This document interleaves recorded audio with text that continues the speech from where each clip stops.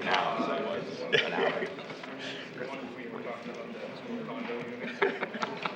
is not money.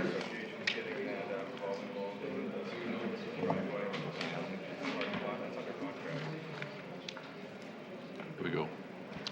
Good evening, ladies and gentlemen. It is Monday evening, December 1st, 2025, around 7 p.m. This is a regular meeting of the Gorham Planning Board. Would you please join me in a pledge of allegiance to the flag? I pledge allegiance to the flag of the United States of America and to the republic for which it stands, one nation, under God, indivisible, with liberty and justice for all. Ladies and gentlemen, would you please silence your cell phones? Thank you. Ms. Simon, would you please call the roll? Certainly, Mr. Chair. Mr. Frank. Here. Mr. Walsh. Present.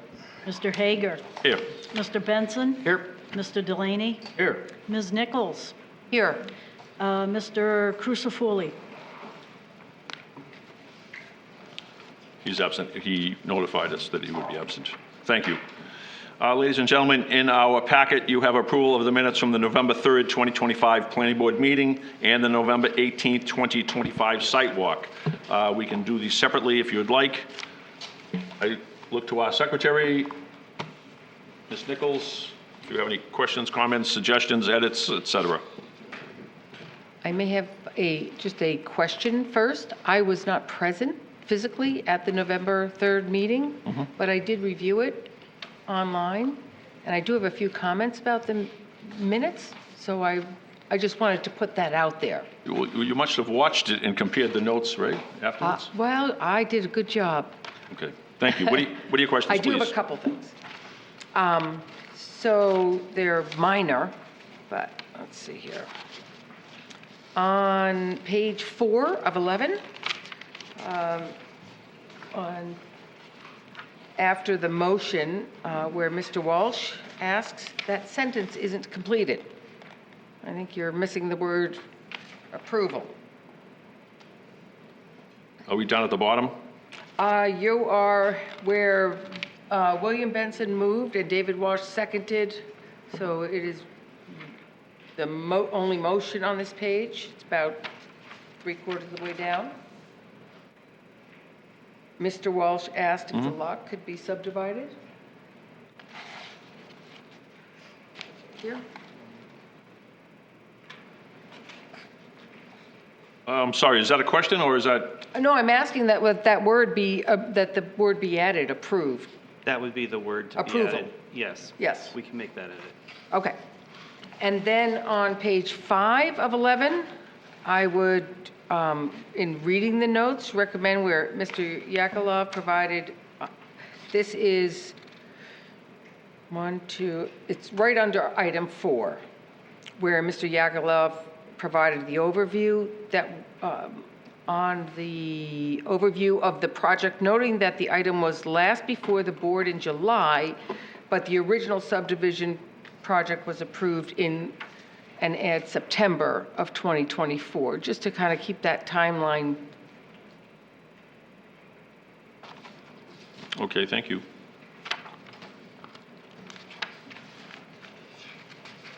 That was it? Anything else? No, thank you. Thank you. Anyone else? I did see a few spelling errors. Mr. Delaney, please. I did. Page 2, Todd Griffith's name is spelled. I'm sorry, could you say that again, please? Mr. Griffith's name, page 2, down towards the bottom. And on the top. Mr. of Griffith, Todd Griffith? Yep, correct, sorry. Okay, On top of page 3, I believe that's incorrect spelling. okay, different spelling, okay. Continuing on to page 5, there's another spelling error. Carmen Schneider's name is not spelled correctly.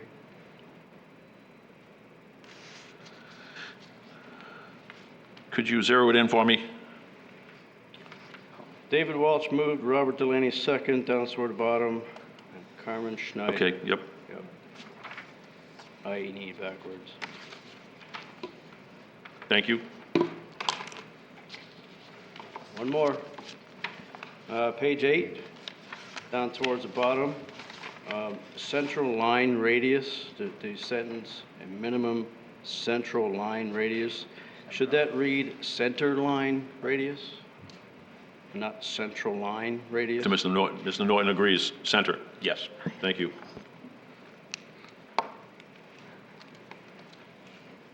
That's a wrap. Thank you, Mr. Delaney. Anyone else? Looking to my right, we have those. Have we picked those up? Thank you. Mr. Chair, I would move that we accept the minutes of the November 3rd, 2025 meeting minutes as amended by the board tonight. Thank you, Ms. Nichols. Is there a second, please? Dave Walsh, second. Thank you, Mr. Walsh. Any other discussion? All those in favor? Anyone opposed? Thank you. Moving along, please, to the site walk notes, Tuesday, September 18th, 2025. Looking again to my secretary, our secretary, I apologize, our secretary. Yes, thank you, Mr. Chair. I have a few minor comments on the minutes. On the first page, where it says site conditions, that very last sentence in the 30s throughout the walk, minor, instead of through the walk. Throughout the walk, okay, thank you. And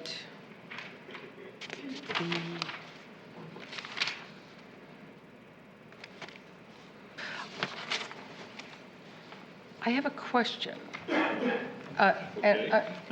There's a letter attached to the minutes, of the site walk Yes, from our Conservation Commission. yes. And I'm just wondering, what happens with that letter now that it's attached to the minutes of their response to the walk for those that attended it? So what follow-up happens with that? It's part of the minutes. It just stays with the minutes. Okay, These are questions Mr. Marino had post the site walk. I believe he left early, shortly, not much, but he left early, and had these additional questions. So these will be incorporated into the minutes okay. and hopefully get answered by the developer. All right. Does that make sense? Yes. Thank you. Anyone else? Yes, please, Mr. Frank. The list of the butters, neighbors, et cetera, Mr. Hawks' last name is Hawkes, not Hawks. Thank you, Mr. Frank. You're welcome. Anyone else? Going once, going twice? Is there a motion, please? With that, Mr. Chair, I would make the motion that we move to accept the minutes of the site walk notes for Tuesday, November 18th, 2025, with the few amendments that were made tonight. Thank you, Ms. Nichols. Is there a second? Dave Walsh, second. Thank you, Mr. Walsh. Any other comments or suggestions? All those in favor? Anyone opposed? Thank you. Moving along on our agenda, Chairman's report. I note that thanks to the Planning Department, we have a guide for neighbors and community members that I believe has been placed in the back of the chambers. Yes. This is to guide visitors as to what our rules and guidelines are. I noticed the auditorium is filled this evening. I suspect many of you are here for a discussion item. I am in between. Discussion items traditionally do not allow for public comment. They are a discussion item. However, I am very conscientious about making sure that the designers understand what our concerns are. And at that point, I know that abutters in particular have received public notice. Other people may or may not. If you haven't seen Bob Lowell's articles in the American Journal, et cetera, it's been publicized well. When we get to that point, let's see if we can't have some people open that up for a brief discussion when we get to that point. Looking to my right, okay? And it'll have to be some consensus with the board because it is not part of the actual agenda. That's all I have, thank you. Committee reports, ordinance review, Mr. Walsh. Yeah, the ordinance committee just concluded a meeting. We are been having an ongoing discussion, and it will continue regarding accessory dwelling units and private way standards. We decided that we want the proposed language from the town council to come back to the full planning board for public hearing at a probably next meeting or a future meeting. But we also have asked staff, and particularly Chuck, to do some additional work for possible changing or amending the current 3 levels of standards for public ways. So look for more on that down the road. No pun intended. Thank you, Mr. Walsh. Comprehensive Plan Implementation Committee, Mr. Frank. We did not meet. Thank you very much. Administrative review. Look to my right. I'm going to look to Damon for a report, please. We have not received any items for administrative review. Wow. Wow, okay. Thank you. Moving along, number 4 on our agenda is a public hearing. Item number 1, public hearing, special exception, Pinecrest Inn Bed and Breakfast. A request for special exception review of a proposal to add indoor dining as an accessory use to an existing bed and breakfast establishment at 91 South Street, zoned urban residential, map 106, lot 42. The applicant, Lisa Andrade, I hope I'm not disrespecting that, and Phil McCormick are self-represented. Applicant requested to table. So, ladies and gentlemen, this is off the board. The board should vote to table the item, if you would, please. All righty, is there a motion? Mr. Walsh? All right, I will move that we table the item 1. Do I need to read that item 1 back into the record? No, sir. Okay. Move to table item 1, the public hearing, special exception for Pinecrest Inn Bed and Breakfast. Thank you, Mr. Walsh. Is there a second? Mr. Frank? Thank you, Mr. Frank. I think it's pretty clear, pretty self-explanatory. Any other discussion? All those in favor? Anyone opposed? Thank you. Moving along, item 5 on the discussions side of the agenda. Item 2, a discussion, subdivision amendment, Fort Hill Heights subdivision. A request to amend the Fort Hill Heights subdivision to merge Lot 3 with a budding lot. The parcel is located on map 44, lot 3-3, zone rural. The applicant is represented by Owens McCullough, PE, with Sebago Techniques. And I look to planning to open this up for us. Yes, Mr. Chair. So this proposal is for an amendment to existing subdivision.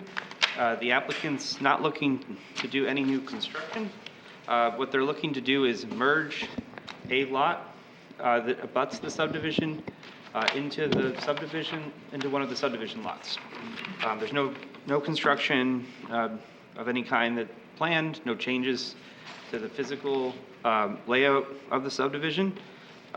Planning reviewed this, had a question. We were looking for some clarification about the exact area to be conveyed, and also whether there was any edits to the subdivision lots adjacent to the parcel, and particular lot 44-3-4 and 5. So just look for the applicant for clarification on that, please. And I'll turn it back to you, Mr. Chair.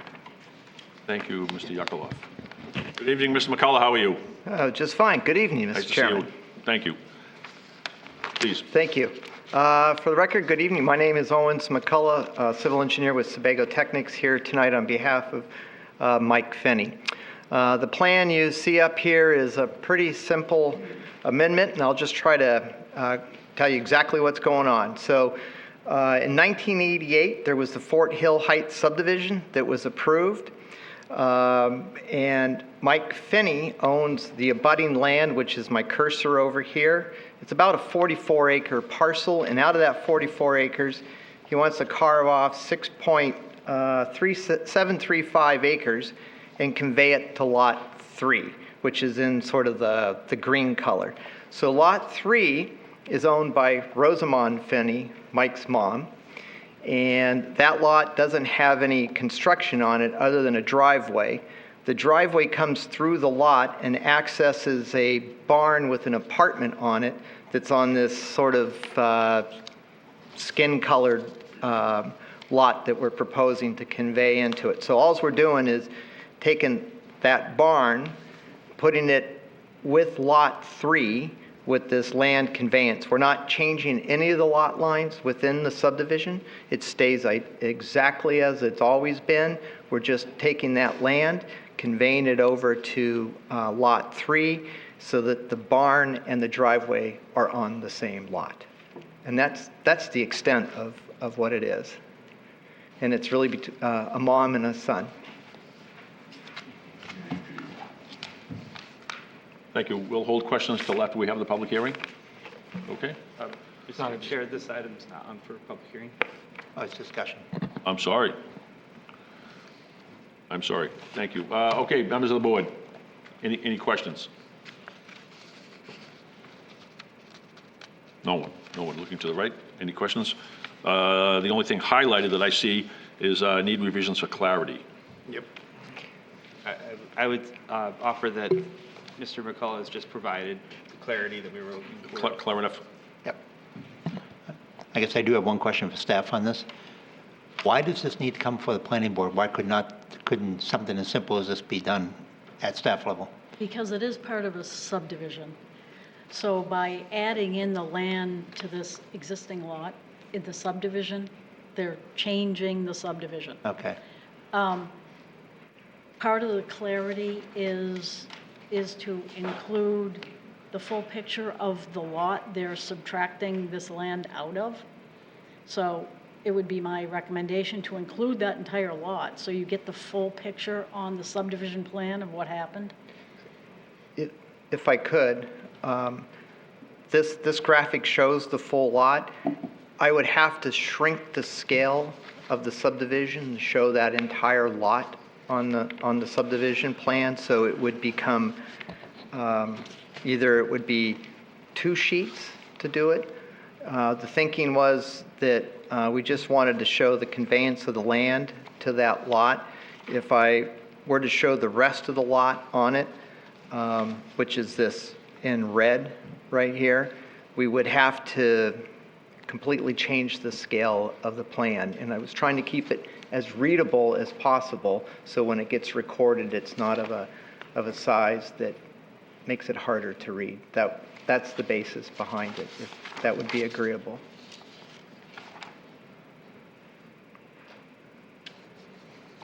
Colonel? I'm sorry, it also seems to be addressed in the conditions of approval. Condition of approval, C-sub A, the applicant shall provide property line information and site information in DWG file format to the town planner prior to the pre-construction meeting. So to me, that meets the requirement. Yep. Any other questions for Mr. McCullough? Please, Mr. Frank. Yes, sir. Owens, the conveyance of the part of the lot that's got the barn on it to the Lot 3, does that basically create a larger Lot 3, or would they still have 2 separate identifiers? No, it would be a larger Lot 3. A larger Lot 3. Yeah. So in the future then, if the owner wanted to subdivide, that would be an entirely different kettle of fish type thing? Yes, they would have to come back for another subdivision another amendment subdivision. and then find lot frontage for it on the road. And there's really not enough off of Overlook Drive to achieve that. So this is really just making a larger lot. Mike Finney May has talked about maybe He lives down on Apple Lane, which is down here at the bottom of the plan.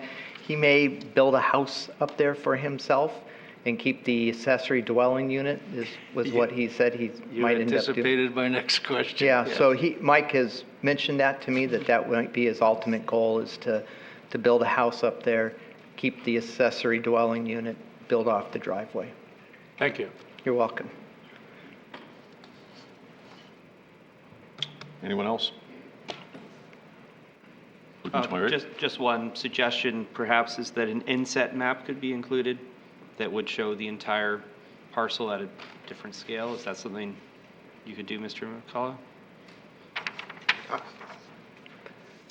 I just want to make sure it's readable if I inset it in there. I'm just trying to figure out how I could, so this plan that you see up there fills the full 24 by 36 inch plan. So if you look at this plan here with the much larger parcel on it, this plan gets shrunk by about half the size it is right now. And I was trying to avoid compacting it so it wasn't readable. If that's what the board wants to do, we'll reduce it and put it on one plan. I think it doesn't materially change anything. It's just coming out of this lot that Mike owns. It's a lot of record. Steve Martin did the survey for it, and as part of it, did a survey of the whole thing. He had to, but we were just showing the land that was going to lot 3, just because the bigger parcel is so much bigger. Would this work? Could you go back to that, please? Sure. Could this just be submitted as a PDF? As part of the record, Yes. yes, Is that acceptable? up to the planning board. Well, I'm looking to Damon because he Here's wanted the- a drawing. Here's the point of it. In 50 years, will somebody know what went on? And so that's why we're asking the questions. So if you can't look at it and immediately figure out what happened, at least in the file, to have at least what you've submitted here would be handy. Sure.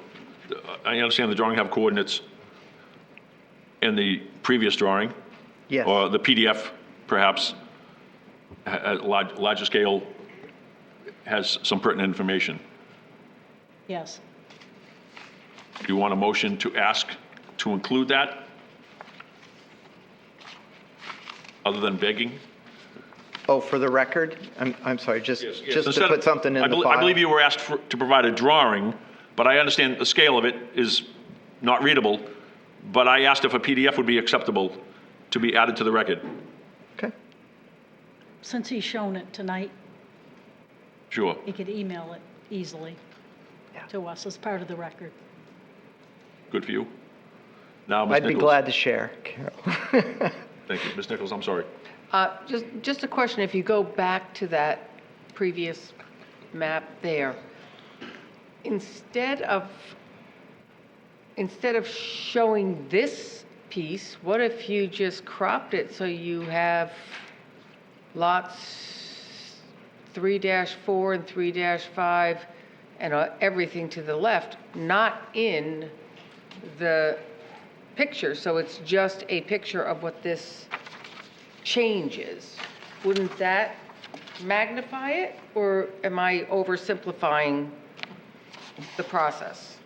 Well, what we tried, I'll explain what we tried to do on it, was here's lot 3 that's sort of in the green color.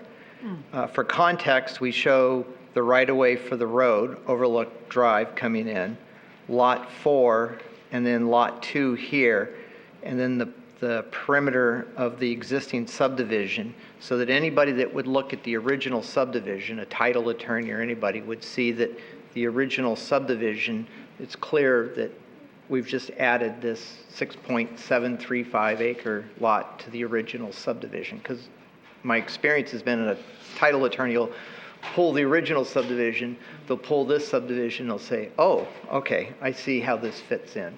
So you were trying to make it as simple as we could. I had that same thought, but then realized that That is true. They're going to look at the original one, so. But we just need that added little bit of detail, so. I will provide that. Thank you. Mr. Frank? Oh, the colorful one? Yes. I think it's. What, I the like other it. one or this one? No, the big one. There. Okay. There we go. Oh, I'm sorry, this one. Okay. I like the fact that it's got nice boxes of information on it. The existing garage, the existing driveway, people's houses, that's valuable information. So I would urge, don't change it. Don't make it smaller. Okay. By consensus, are we okay to ask Mr. McCullough to please include that PDF as part of the submittal? Got it. Any other questions, concerns? There are a couple of motions on page 11. Please, Mr. Walsh. Move to grant subdivision amendment approval for Fort Hill Heights, located on map 44, lots 3-3 and 5 in the rural zoning district, based on findings of fact and conditions of approval as written by the town planner and as amended by the planning board. Thank you. And that amendment is to include the PDF. Correct. Thank you. We okay with that? Yes, got it. Thank you. Is there a second, please? I'll second Mr. that. Nichols, thank you. Are we all set on this item? All those in favor? Anyone opposed? Thank you. Thank you. Thank you for your Appreciate time. it.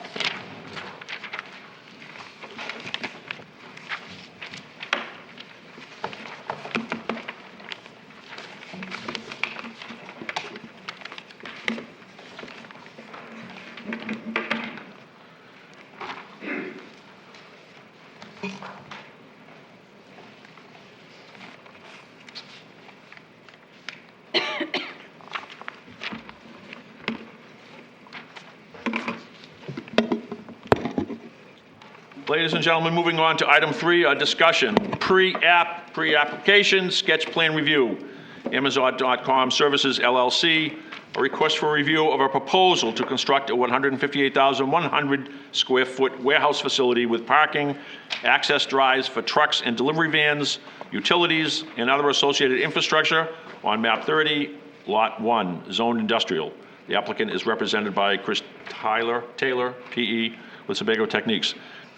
I would like to open this up by saying, historical purposes, I was on the town council when we purchased this land from Mr. Rhines. Mr. Rhines' intention was for the town to decide how this project was going to be developed, as opposed to having a developer come in, perhaps, not do things according to how the town might want. At that time, we spent another year, a separate group, it included people from Shamrock Drive, to look at this parcel. We broke it up into 7 or 8 different lots. We had some infrastructure issues. We knew there were wetlands, et cetera, et cetera. And it's taken 5 years to get to this point. So I do have some historical reference to this. I'm happy to see that there is a proposal on the table tonight. So I do have, many of you may also have that same historical reference. I certainly do. I just wanted to preface that. Would someone from planning like to kick it off, please? Certainly, Mr. Chair. This application is a sketch plan, and it's not meant to be thoroughly designed at this stage.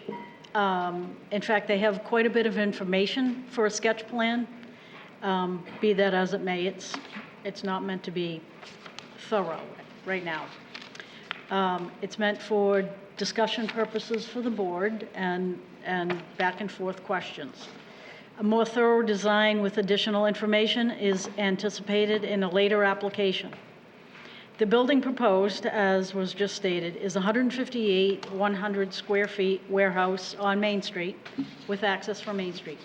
The area is zoned industrial, which allows for this use. The plan includes parking for 903 vehicles, 565 vans, 330 employee parking spaces, and 8 box truck spaces. Truck access drives, utilities, and associated infrastructure.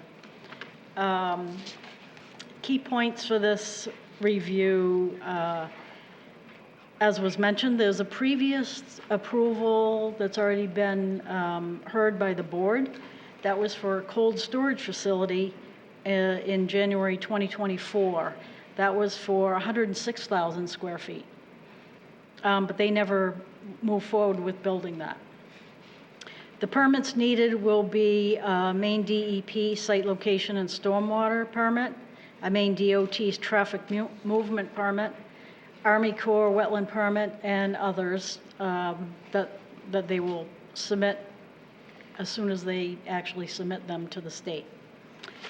Again, the zoning is industrial zoning. It allows warehouse and distribution facilities. The site is in the pedestrian overlay district and the MS4 stormwater area. Some of the environmental concerns are there are wetlands and there's a significant vernal pool on the site toward the back of the site away from Main Street. The state has listed a habitat for upland sandpiper on this property, and so that's part of something they will need to look into and give us information about. There's an archaeological resource on the property, Mosier Farmstead, I'm going to call it cellar holes, if you will. And so those are shown on the sketch plan, I know. I noted that. There was the archaeological assessment done by the previous applicant. So we would look for this applicant to give that information back to you, so it's in this application as well.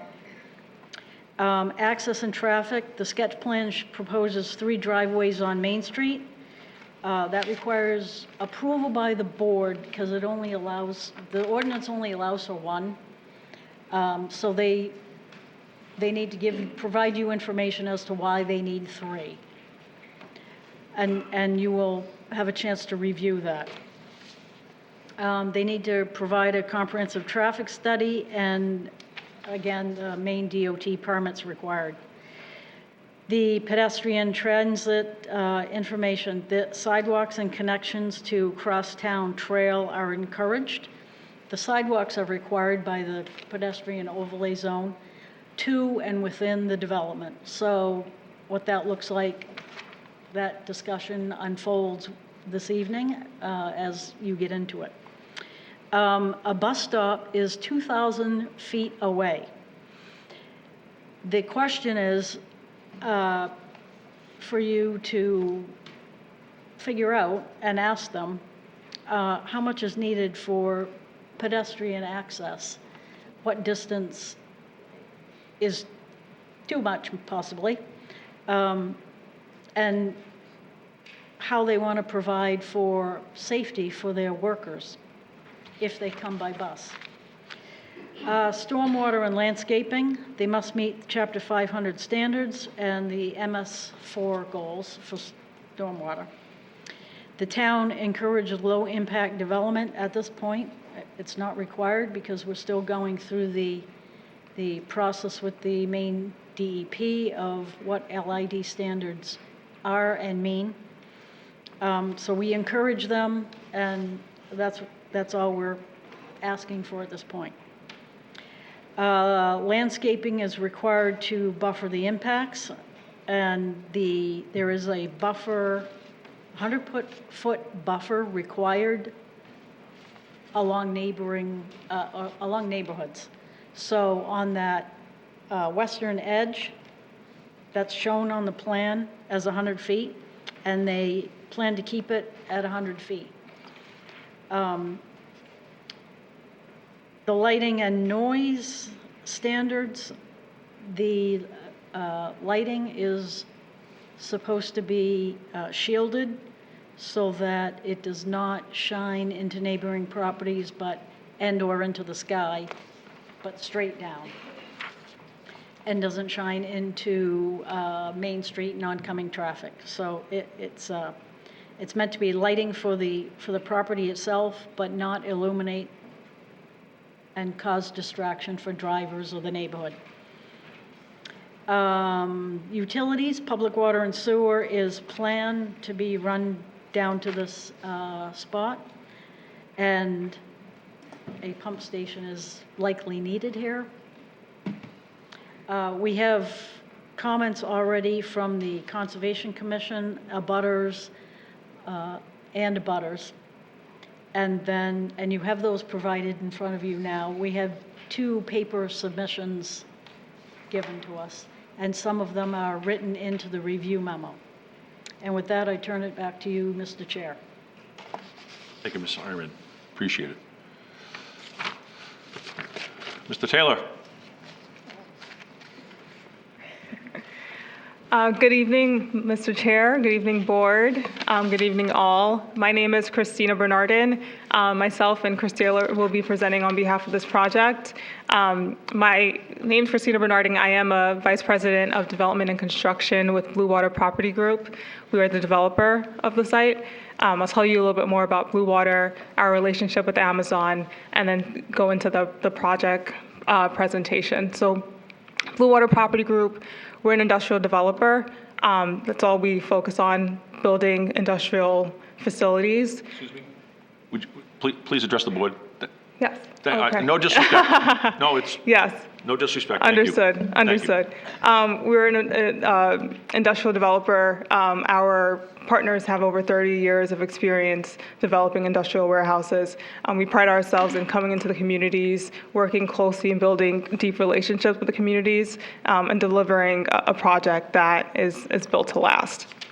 We have a pipeline of over 10 million square feet and have developed for Amazon over 7 million square feet of industrial facilities and warehouses. So the way it works here, Amazon is the owner, so they are the buyer and the purchaser of this parcel, and they will be the occupier and the tenant in the facility. We are their developer, so we're one of their preferred developers. We've worked with them on a few different projects in the Northeast, and this is one of the newest ones that we're working on with them. And with us, we have a project team of consultants, engineers, designers, attorneys that are, really well known in the Maine community, and that's something we pride ourselves on as well, making sure we're partnering with local groups that understand the site, understand the town, and understand the needs. So the site is in Gorham. It's off of Main Street. It's 94 acres, and we'll go a little bit more into the details of the site and the engineering aspects of it. But the intent is to provide a last mile distribution facility for Amazon. So they have a network of different facilities that they tap into to deliver a product from once it's ordered online to your front door. And this is the last mile one. So packages come already pre-labeled and pre-packaged. It's sorted by the employees in the facility by routes, and then it goes directly to someone's door. And it's intended just to, meet the demand of the area and bring packages sooner and quicker. The operations are intended to be 24/7. Typically, packages come to the site via tractor trailer, typically overnight, but most of the activity is really bringing packages to the customers. And in terms of building rough size, so as you mentioned, 158,000 square feet is what we have in the sketch plan. Building height is about 30 feet, so a typical industrial warehouse.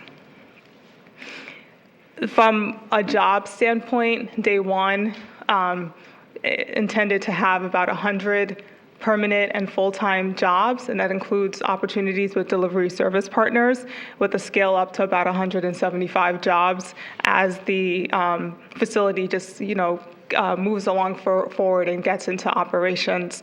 But in terms of the jobs that this project would generate, it wouldn't only be jobs in the building, it would also include ancillary jobs, includes employment for, construction folks as they build this facility, and any indirect employment that's kind of like a benefited after this building is operating for some time. All right, I pass it on to Chris Taylor with Sebago. Thank you.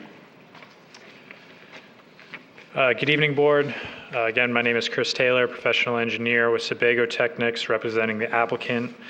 You guys are probably pretty familiar with this site, town-owned land off of Main Street. In the industrial park, the town's been looking to, as Mr. Chair said, looking to develop this site for quite a while now. There was a previous development proposed on this site. I presented that project on behalf of the applicant a couple of years ago for a cold storage warehouse on the eastern portion of this site. It is 94-acre parcel.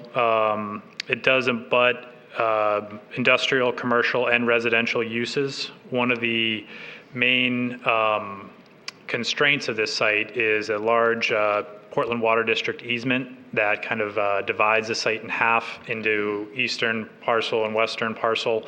The town had actually marketed the site as two separate parcels to be split if needed, but we're looking at both parcels or the combined parcel in this case for this development. A lot of due diligence has been performed on the site, including a boundary survey, topographic survey, natural resource delineation, cultural resource investigations, geotechnical explorations. I've also worked with the Portland Water District, showing them the proposed development to kind of get their feedback on the crossing of their easement in that regard.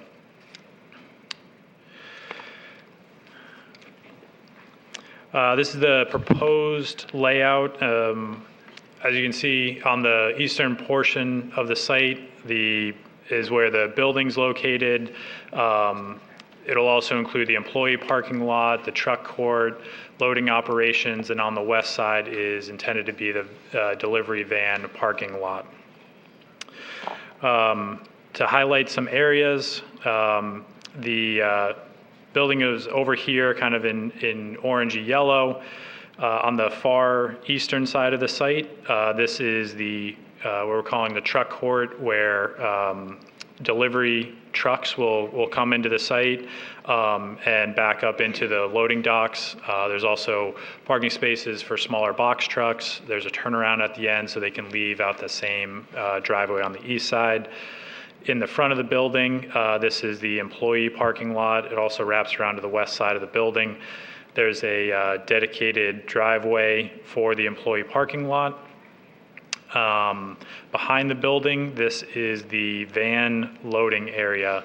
This is where vans will get loaded up and then head out for deliveries. Moving to the west, this is the large delivery van parking lot. It has a curb cut on Main Street as well.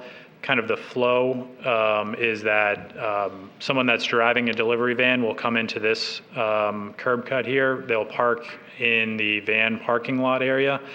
They will then get out of their personal vehicle, go into a delivery van. When they get called, they will drive the van around the back of the building and get into the queuing location here. This is where the queue and the stage is. All the vans kind of get into the proper position, stage up. And then when they're called, they get moved forward into the loading area, which is underneath a canopy behind the building. This is where the boxes and packages move from inside the building into the delivery vans. And then from there, once they are loaded, they will move out the same driveway and out back onto the road network. This layout has been it's not a typical layout for this type of facility. We've really shaped it around the resources and the constraints of the site. This is the large easement that runs through the site here. So this is really the bisector or divider of the site, and tried to work the development between the easement as well as the natural resources, including the wetlands. Wetlands are shown kind of with this symbol down here, so there's some wetlands down here. Then there's large fingers of wetlands that extend through the site. There's also some wetlands in the northwest corner of the site as well. So we're really trying to utilize the upland areas of the site as much as possible. This view here is actually only a portion of the whole property. Again, it's a large site, 94 acres. We're only proposing to develop around 20 acres of the site. So there is a large portion to the south of the site, contains more wetland resources of higher significance that we wanted to avoid. So we're really trying to utilize the upland areas of the site as much as possible, avoid the other constraints on the site. As was mentioned by town staff, we are proposing 3 curb cuts onto Main Street and are looking for the board's feedback on that.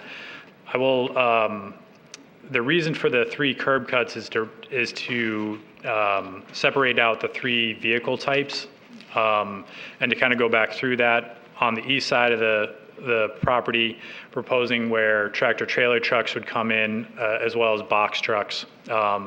High vehicles, high axle frames, large vehicles coming in there, dedicating it to that, have wider turn radiuses and trying to keep those separate from the other vehicles. The middle curb cut is dedicated for employee vehicles. This would be passenger vehicles only, and whatever type of vehicle employees would have and bring to the site. And then on the west side of the plan is for the delivery vehicles with some slightly larger parking spaces because they do have an extended vehicle frame. I will note that there were, on the previous development, there was a warehouse, the cold storage warehouse was proposed in a similar location as this building is. That development was approved with 2 curb cuts, one in this very similar location here that was dedicated for trucks and deliveries on the eastern side of the site. And then this curb cut here is actually in the same location as what was approved on the previous development. This curb cut went to a similar use. It was the employee parking lot, so very similar. And then under that design scheme, if there were, that was one that was developing the eastern portion of the property, but they weren't owning or developing the western portion of the property, so that would be a potential development in the future where a separate owner could have come in, purchased that western lot, and done a development with their own curb cut on Main Street. So under the previous development scheme, you'd still kind of be looking at 3 curb cuts on Main Street in a very similar location or almost identical location as to what is proposed here. As part of this development and what's shown on the sketch plan is to widen Main Street. What's shown on here is to widen Main Street about 11 feet to the south, so towards the property. This is to accommodate a left turn lane at the driveways or a center left turn lane. That could be for both directions. We're going to work with Maine DOT to kind of, and the town staff, town engineer, public works director, kind of figure out what the best configuration of Main Street is based on the traffic volumes that are expected to be generated. We didn't want to come in at this early stage and show something. We really wanted to get DOT feedback, town's feedback on what the best configuration of that would be. But we are planning to widen Main Street to add a lane so that will accommodate turns in and out of the site and to other developments around here. We are showing stormwater basins on the sketch plan. These are preliminary, but they are approximately sized.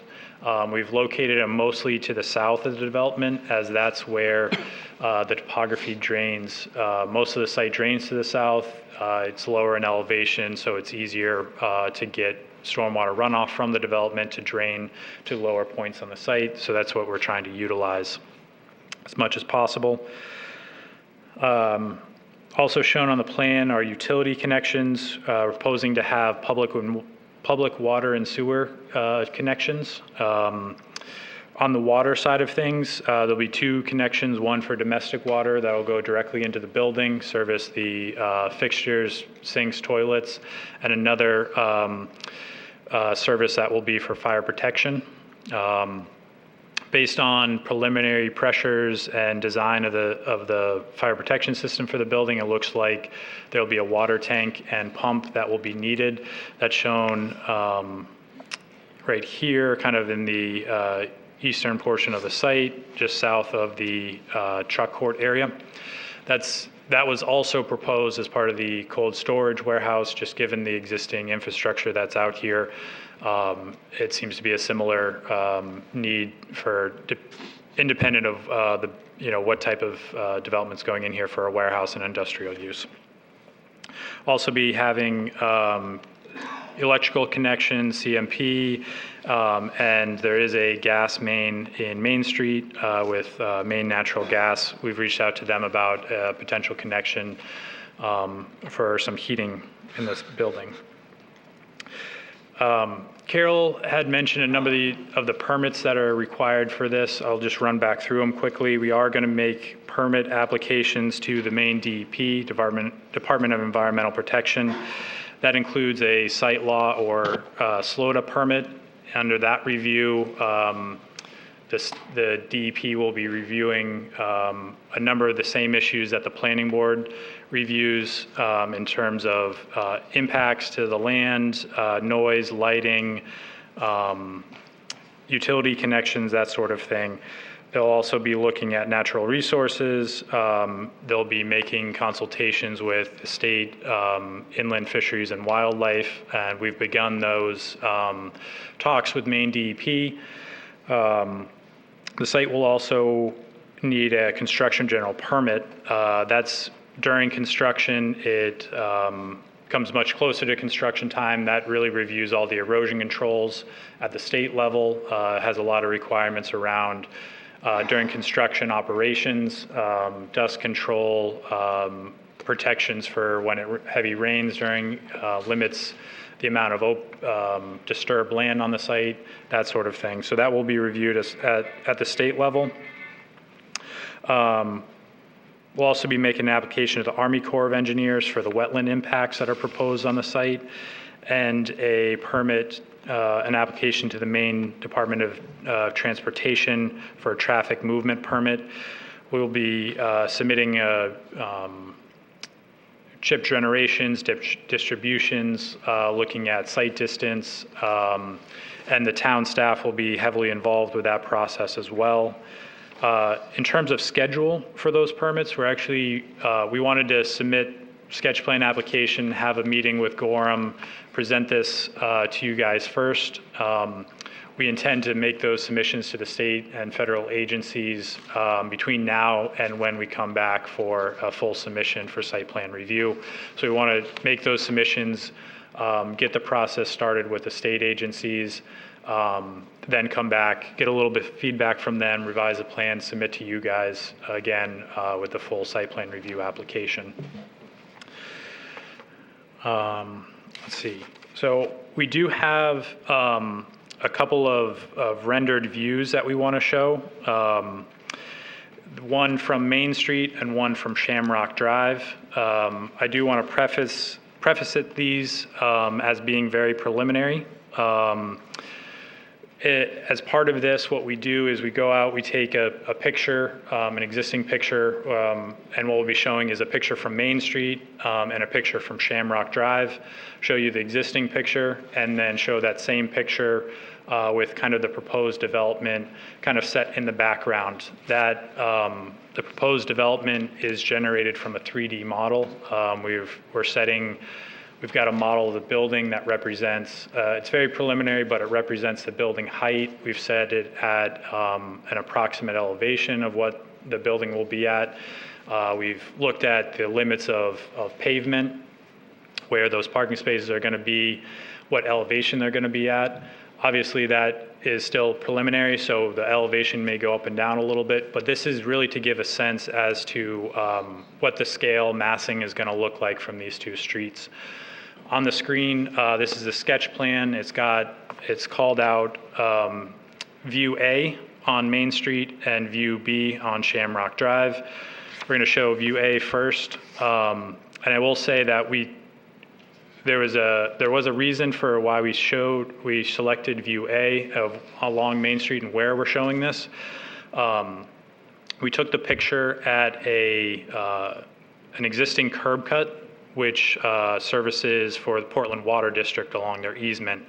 It's also in a location that does have some vegetation on Main Street, but isn't as dense as much of the vegetation on the site. There's a lot of low growth trees on the site, and there would be points along Main Street where we could take a picture, and because of that vegetation and the buffers that we're proposing to keep on Main Street, you wouldn't actually be able to see the development, and we don't want to show that. So we don't want to show an existing and proposed. That doesn't look any different. We also could have selected a view right in front of the curb cut. The view, if we did a rendering there, the development would be much more visible.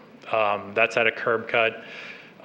It'd be more visible. There's no vegetation between the building and the curb cut there. We didn't want to do that because we don't have the model ready at this time.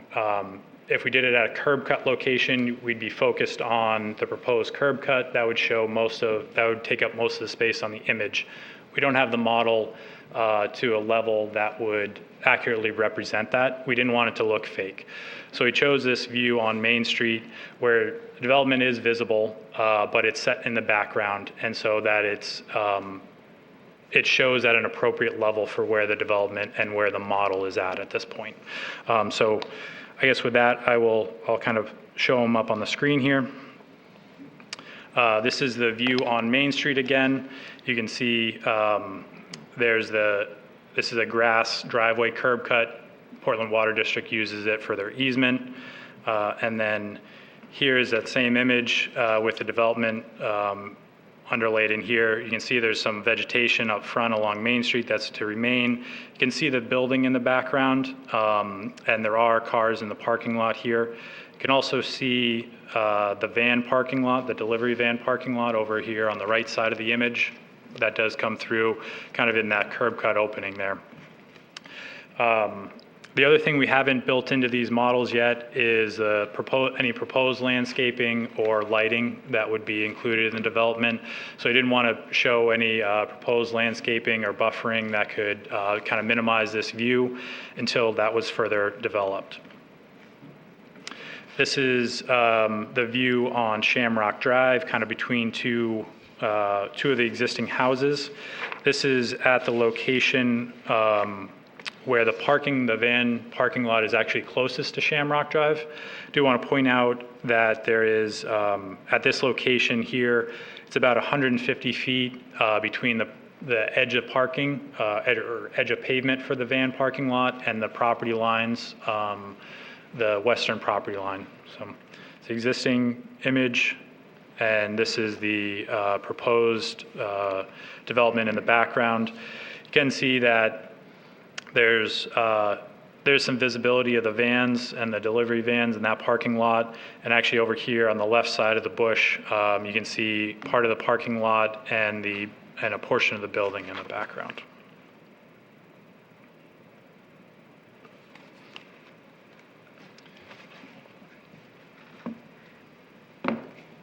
Thank you, Chris. And one last thing that we wanted to call out to the board is, as you can see, this is the project site. It's pinned in the center. And then there are a few other projects that are noted on here: 615 Main Street, 55 Hutcherson, 34 Hutcherson Drive, and then to the west, 49 Raceway Drive. So the intent was to kind of call out a few other similar industrial facilities that are similar-ish in size and scale to the project that we're proposing. So these other facilities are noted in here. Largest on this list is 615 Main Street, which is the Nappy Distributors, about 120,000 square feet, so slightly under what we're proposing, approximate height 20 feet. The Foreside Goodwill building, that's 36-foot clear, so taller than what this building is intended to be. And the Corex cold storage facility, which was entitled on the western side of this site, of this project site, was about 106,000 square feet at a height of 50 feet. So we're under that height, a little bit bigger in size. So just to call out similar projects in this general industrial park.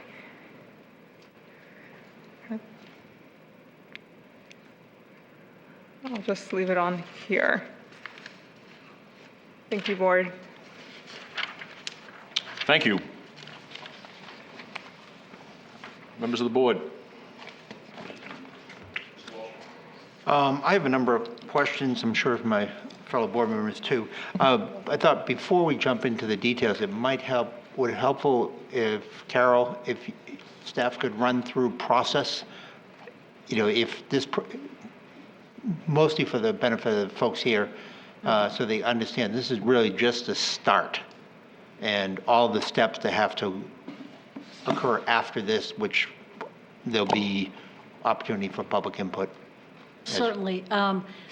Again, this is the sketch plan. It's not meant to have every single detail known to man in our ordinance and the state laws, and that's part of the next application. And then as they do their studies and submit more to the state, they'll have more information to share with us and come before the board probably 2 more times, because it's a lot to detail out, especially the traffic. That's a lot of detail to work out. So at least 2 more times. Public hearings are up to the board, but we have to have at least one where the public is allowed comment and questions and whatnot. So we at least have 2 more meetings worth of discussion and before you would see something that looks like a final plan, even though there's not anything really that we have labeled as a final plan, but it's just the amount of detail that needs to be submitted. So it looks final enough for you to have a vote on it one way or the other. Okay, thank you. That's helpful. I just wanted to follow up to that because the purpose of tonight's meeting is not, we're not voting on anything, we're not approving this plan. It's a sketch plan review. This is so that the board can provide feedback to the applicant for any concerns that we may have before they develop the plan. Is that correct? Exactly. It's meant as an introduction to give you as much detail as they feel necessary to begin a discussion with you, so you can ask questions, give comments and feedback, and discuss anything you want to see in the next iteration. Okay. If I may follow up on another process question, understanding that the property in question has not changed hands, and maybe Tom, if you could weigh in on this and just talk about that part of the process. If we go through the planning board, if it comes out of the planning board with a favorable approval, then what happens? Yeah, so if the planning board approves it, the applicant moves forward, say it's conditioned on the DOT traffic movement permit and the DEP permit, basically as long as the applicant addresses all the planning board comments and receives both of their state permits, the proposal would move forward as designed and approved. And does it need to go back to the town council? It does not. Well, no, because they've already, as long as the purchase and sale agreement and the applicant is moving forward with that under those terms, it does not go back to the town council. Okay, so it's up to the applicant at that point whether they move forward. Correct.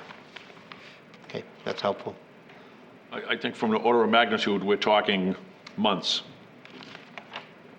There's a lot of detail yet to be. I mean, this is put not on going to paper. happen. Yes. I don't mean to interrupt. No, there's a lot of detail. Months. This is not going to happen next month and or the following month, and the weather and all of the things that are going on, and conservatively, 4 or 5 months. True, And I'm not holding anyone to it, but to get DOT and everyone else on board, yes. The DEP is months and months. Yeah. And sure, months. sure. Mr. Walsh? Okay, if I may, thank you. Let me, Go ahead. as we introduced this earlier, we have questions, and I want the developer to hear this. I would also entertain having members of the public speak. I know the abutters received a formal notification.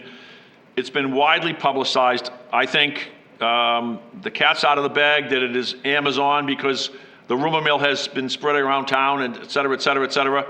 You're here this evening, so I guess that kind of lets us know that, yes, we can say it's Amazon. So after we collectively present our questions, I'll entertain members of the public, and we'll figure out how much time, et cetera, we'll allow each person to speak. Thank Mr. you. Walsh. Yeah, thank you. I appreciate the presentation and the level of detail at this point. It's quite helpful, but it does lead to a lot of questions, so bear with me. And I understand some of these questions you probably can't address tonight, but I would expect when you come back, that these are the things that at least I want to hear, and I'm sure my fellow board members would like to hear as well. Okay? So, and there's no real priority here, just kind of what came out of my head. One of the things, really wanted to understand your operation, and you did present some information on that, which I found very helpful. You mentioned it's a 24/7 operation. How many hour shifts are there? Do you know what time shifts would change? Because that has an impact on traffic flow. Would you like me to respond now? Sure, if Okay. you know. Yeah, that would be part of the DOT process as we kind of vet that out, but typically about 2 to 3 shifts of employees working in the facility, but trucks will typically come overnight. So 8-hour shifts, 10-hour shifts, 12-hour shifts? It depends on how many shifts they're going to choose for this facility. Okay. And inbound, one thing that struck me when I look at you have 565 spaces for vans. So I'm assuming there's 500, could be as many as 565 vans, but only spaces, you have 15 docks for inbound, 9 docks in 9 spaces. Seems, I don't know, just seems to me like that's a lot of material going out, well, a lot of vehicles going out for not a whole lot of trailer space coming in. If they're 53 footers, you're bringing them in, I assume you're not dropping trailers. You're live load, unloading? Yeah, correct. So the van parking spot, it's more elevated than number of vans on there, because an employee will come with their personal vehicles, park it, and take a van. So it kind of has to be double with a little bit more space, just to make sure there's no queuing issues or people waiting for parking spots at that time. But as far as the inbound, I'm talking 53 footers or full-size trailers coming in. You have 15 docks that you're showing on the drawing, and only spaces for 9 additional trailers. Is that correct? 15 docks and the box trucks. Yeah, I'm gonna take this.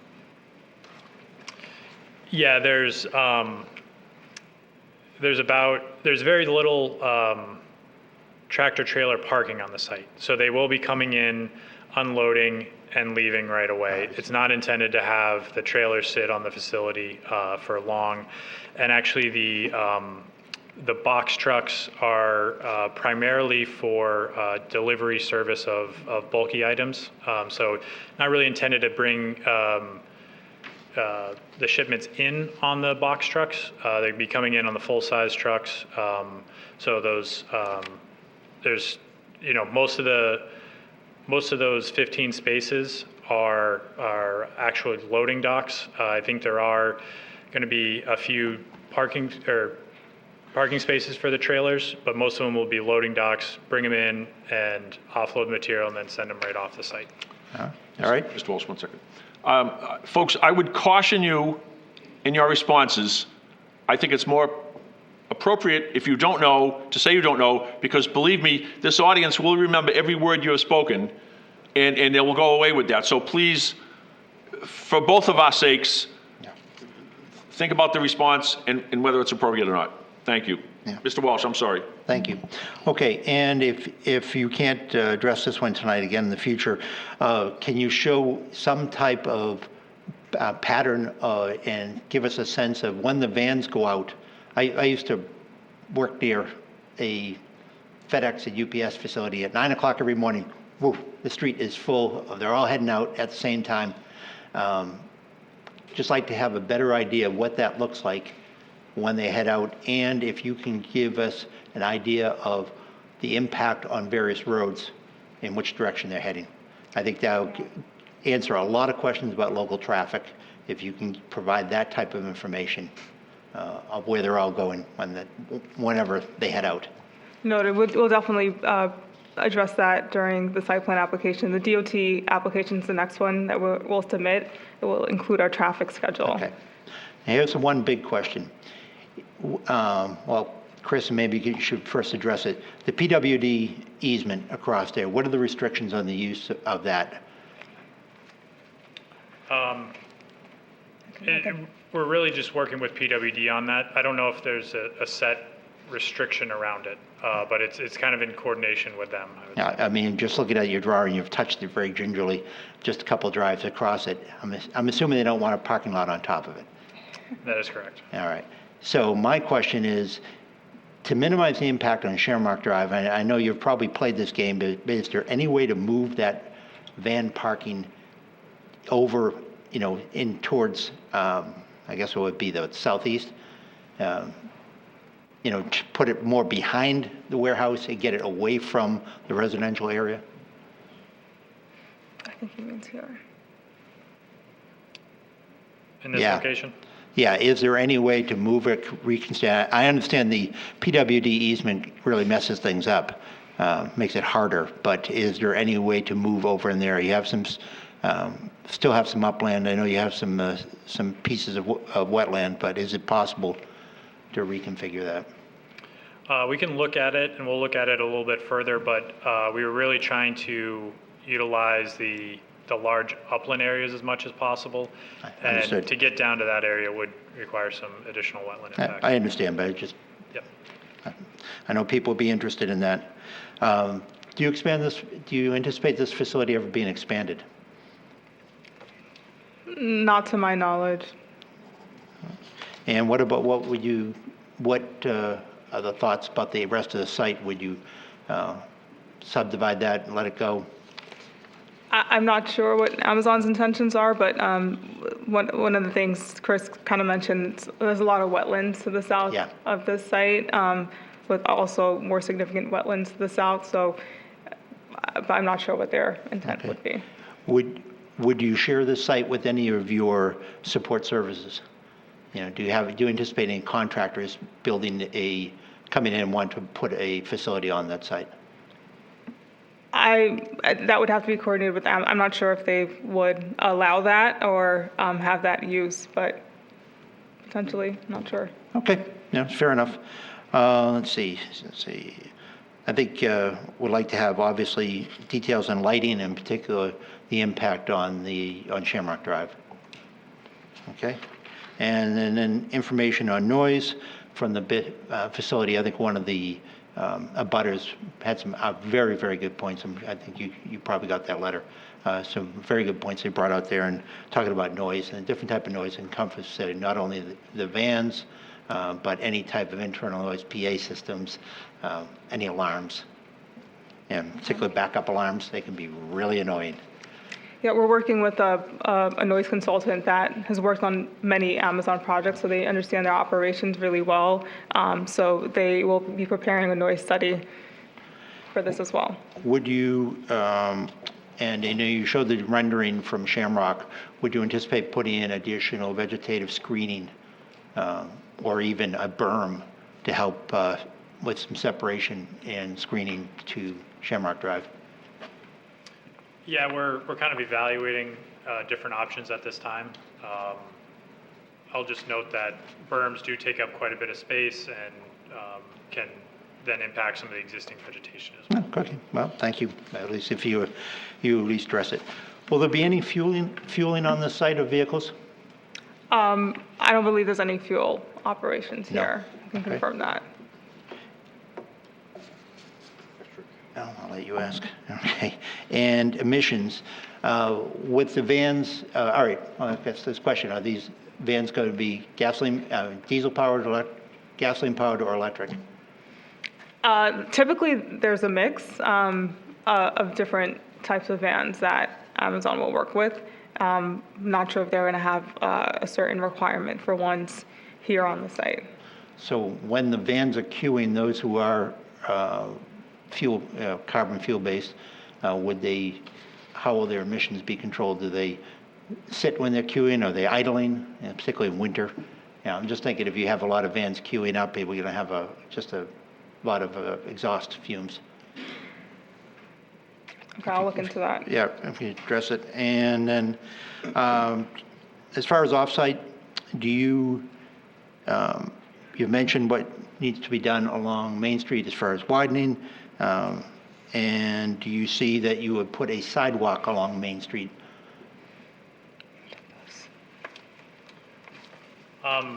So that is part of both the town process here as well as the DOT process of looking at pedestrian connection to the site. So that's all going to kind of be worked out of pedestrian connections. Okay. So.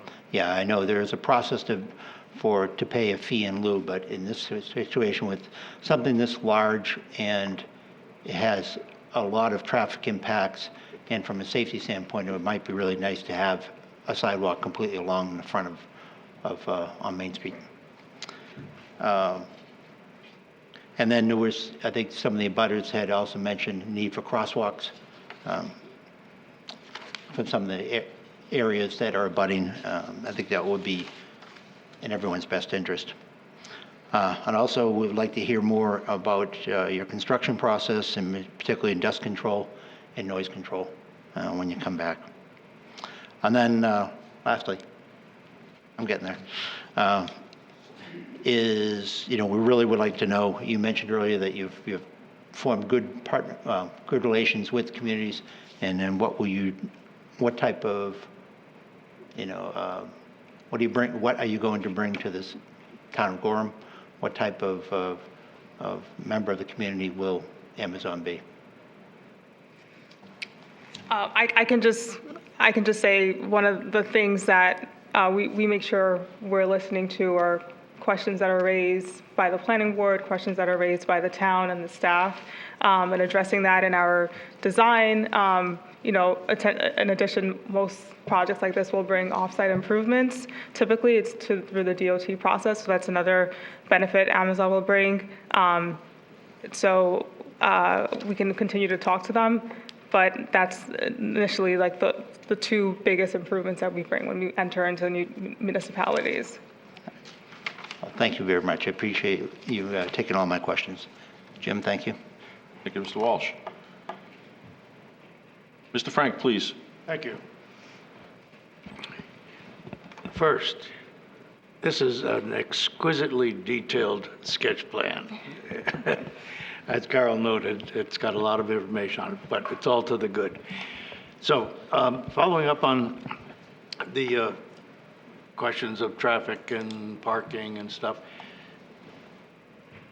we're looking at 330 employee parking spaces. Roughly how many employees will be working inside the building on any given shift? I don't have the final shift number for Amazon. I do know total employees at the facility, including partners with the third-party partners, is about 100 day one, and then going up to 175. That includes full-time, part-time, seasonal employees as well. But one of the things that Amazon typically does, they over-design the parking for their facilities. It's kind of standard.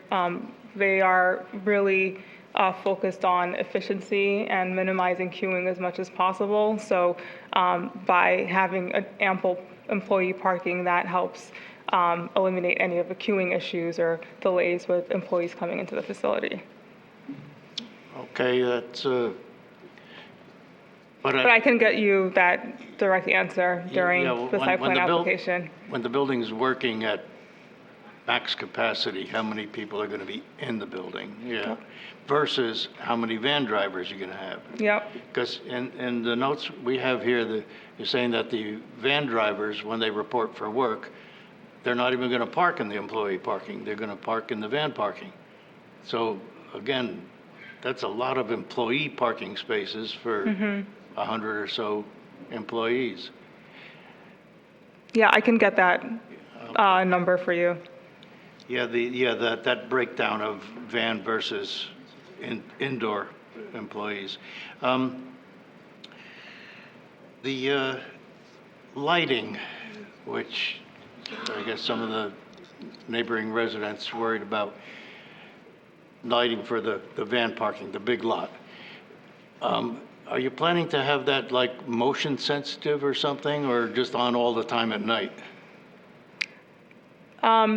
Typically, the lights are shielded down and not to extend off the property. It would be Amazon's decision if they would want it motion censored. But it's the intent is for all the lights in the facility to not extend outside the property with down shielded. The lights are dark sky compliant, so they abide by those standards as well. Yeah, I understand that, and modern lighting is very good in terms of just getting it exactly where you want it and not bothering people in the surrounding area. Modern lighting is really good. Yeah, I'm questioning about the motion sensing. I mean, this is a collaborative effort now between the board and we're swapping ideas and thoughts, and how can we make this as good as it can be? So, motion sensing lights, that'd save you some bucks on electricity. Yeah, we'll definitely look into it. Okay, and for the vans themselves, on any given shift, let's call a shift 8 hours, for any given shift, would one individual van be gone for the whole day or come and go more than once in an 8-hour period? It's intended that they are gone for the whole day and then come back and drop off the van. Okay, So thank you. not much in and out. And that's good for traffic, obviously. In terms of, again, with the vans, you said that you're not going to have a fueling, or you will have a fueling. I don't believe there's any fueling okay. operations here. How about you're going to have like a van washing station where you can clean them? We haven't gone in that far in the design. I don't think we will, but I can see if that's something that they would want. And, maybe, I'm kind of a car nut myself, so I do my own oil changes and stuff. You could do oil changes there too? I mean, I'm not looking for definitive answers. I'm just throwing stuff out. Okay, we will address that.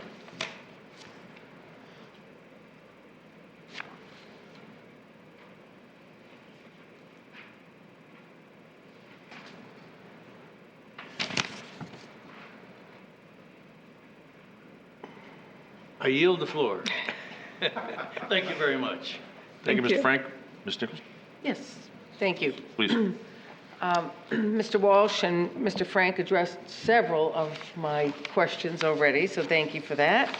We're the lead-off hitters here. Yes.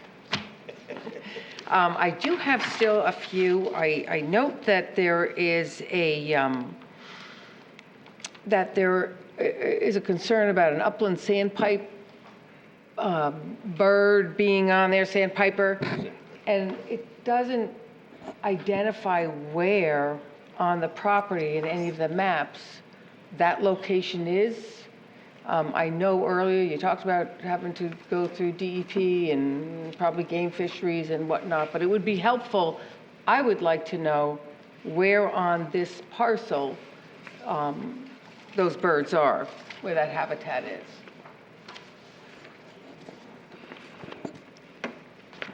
So what I can say is that the upland sandpiper, where that's coming from is it gets flagged on the inland fisheries and wildlife as a critical habitat area.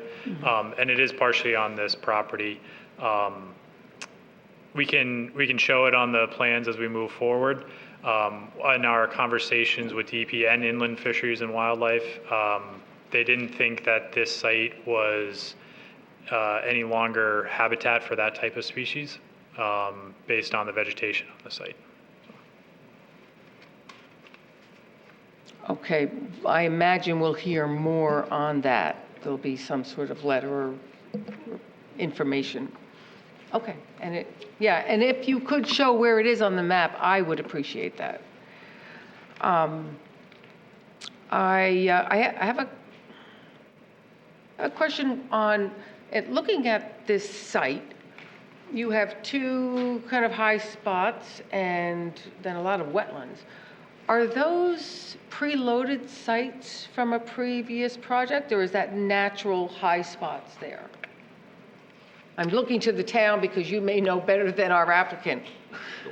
Those are natural high areas on the parcel.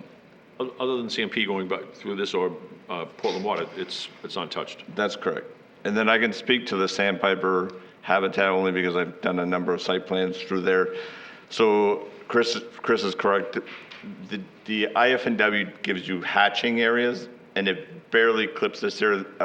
A number of years ago, they thought they located upland sandpipers more towards Mosier's Corner in that area, and through the development, they no longer think that habitat is around for sandpipers, so they have kind of removed that requirement because when they did NAPI distributors, they had the same requirement, and that upland sandpiper habitat is no longer in that area. So I think it was based on somebody had heard an upland sandpiper at some point, and it got designated as that. So, Will that be noted in a final report that there is no known? So when they go through DEP, IF&W is part of that review process, so they will be giving comment as part of the DEP permitting. The same thing happened when we were looking to develop this site as one big subdivision. That was not a requirement as part of our review process. They were looking at other things, but upland sandpiper was not one. If you look at the site now, it's been cleared as part of the Corex site for that portion. That was not for upland sandpiper, that was for bat habitat. Bat habitat is one of those things that Army Corps looks at, so you have to clear in certain windows. So that is one of the things that will be moving forward. If I may add, over by the maybe new is relevant, Sebago Brewery, in that parking lot there where they're now putting in a market, I've seen sandpipers in there running around for sure. So I'm just questioning whether or not they're around that area that's not too far. So I would like to, just see that follow-up of. Again, IF&W will be part of the review process. Yeah, okay. All right, my next question is, does Amazon take advantage of renewable energies such as solar on their roofs versus fossil fuels? Is that a consideration? And if it is, that would be nice to see developed through that plan. Yeah, typically their buildings are solar ready. As we get further along with design, we'll make that decision with them to install solar on this facility. Okay, thank you. Let's see if I had.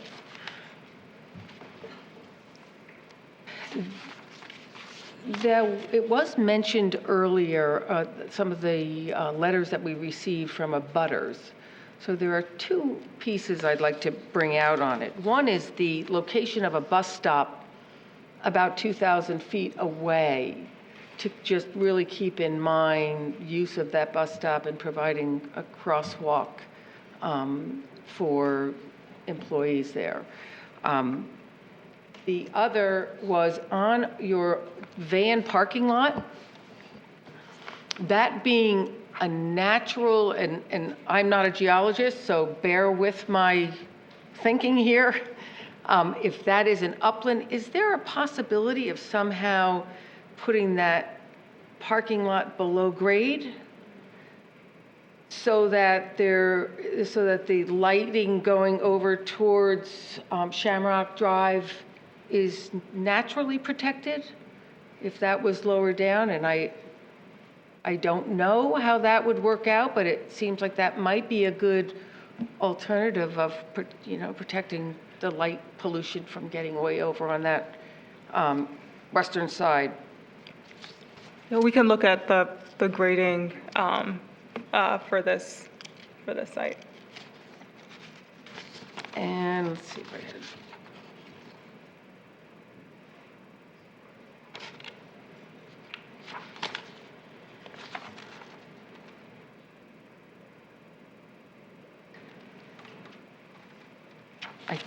I think that is it. Thank you. Thank you. Thank you, Ms. Nichols. Colonel, you good? I'm sorry, Mr. Delaney? No, I'm good. Mr. Walsh asked all my Okay. issues, questions. Yeah, just a few things. I wanted to amplify the concern about traffic and the timing of the delivery trucks and the vans, and it'd just be nice to know that. I know you're going to be submitting that as part of the traffic study, but that's going to help answer a lot of questions. I also want to amplify the comments about screening and buffering between the parking lot, and whether it's grading or screening with additional trees or shrubs or some way to mitigate that would be fantastic. Although I recognize that this could have been another building and another factory in this location. I mean, that's the reality of it, right? This was 2 lots, and this was potentially going to be another whole project of a building of similar size with parking and everything else, and it's not. It's a place for folks to park and to move out. So I just wanted to acknowledge that. And I appreciate the site plan you've provided. I think it would be really helpful for everyone if there are, because you've worked with Amazon in the past, if you could provide an example of a similar size facility in a similar community and what that looks like and what the renderings look like, that would be so helpful to me personally to be able to see what that final product is going to look like. So I encourage you to bring an example like that forward for the next one. You've noted that the majority of the land, you're only going to use 20 out of the 90 acres, and that a lot of it is probably not subdividable because of the amount of wetlands. If you want to consider putting that into conservation or working the town to make that public use, I think that would be a huge win for the town. At low cost to Amazon, I think that would be fantastic. There's been a few discussions about sidewalk to bus stop, et cetera. Again, maybe we can work with public transportation to actually move a bus stop so it's at the facility, especially if we're going to be encouraging workers to use public transportation. It would be much easier to do that, I think, and much safer for everybody if we just had a bus stop that serviced this facility. It's large enough, I think, maybe to warrant that. So those are just some of my comments. Thank you. Thank you, Colonel. Thank you. Members of the board, I would like to hear from the public, but I'd like to have a motion because this is not part of our agenda. It's not in our rules. But I would entertain a motion that it's on the minutes that we allowed public comment. This is not a public hearing. I so move. Thank you, Mr. Frank. I will second it. Mrs. Nichols? Nichols. Everyone all set? Everyone okay? All those in favor? Oh, I would like to make a comment. Please. I would just say if we're going to allow public comment, and I support it, but if you have comment, make your comment or address a question to the board. It's not a back and forth between the applicant and the public. So if you have a comment, just address it to the board, please. So I'd just like to make that clear. And if there are questions that have already been asked, don't ask the same question. We understand that there are concerns, and there's going to be time for a public hearing in the future, which we will have and have this open. So I just wanted to say that. I don't have to say anything. Yes, please, Mr. Wall. And if I may ask, will you be setting a time limit for comments? I guess it depends how many people get up there. We would like you to approach the podium, state your name and address for the record. Depending on how many people get up, I guess I'll set the time limit then. Again, we would like to hear your comments, but this is not a public hearing. We will certainly have public hearings at several meetings in the future. So there was a motion, there was a second. All those in favor? Anyone opposed? Thank you. So for our friends from Amazon, please listen to these comments that are going to be made by the public. And ladies and gentlemen, if you would like to address the board with Amazon listening and the design team listening, please approach the podium, state your name and address for the record.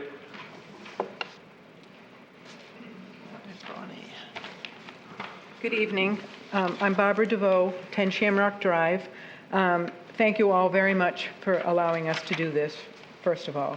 But secondly, I concur with every question that you've had, so I'm not going to repeat that. But I do have a couple of other issues. Please.